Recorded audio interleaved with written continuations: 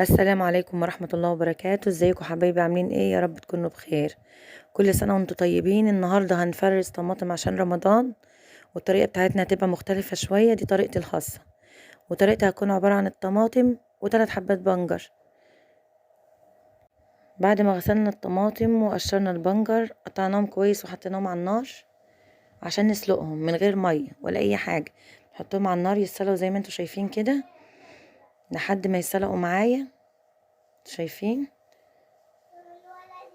لحد ما نحس ان الطماطم كلها نزلت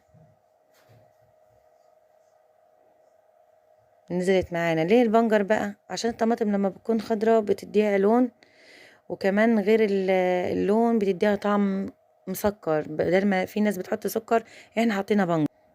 وبكده احنا خلصنا خلاص وسيبناها بردت. وبعد ما بردت هنحطها في الخلاط، البنجر مع الطماطم، وهنضربها كلها في الخلاط. هنضربها كويس في الخلاط بتاعنا. وبعد ما نضربها في الخلاط،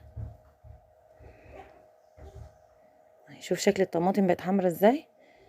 هنجيب مصفى وتحتيها طبق بلاستيك ونحط فيها الطماطم اللي احنا ضربناها وهنصفيها كويس.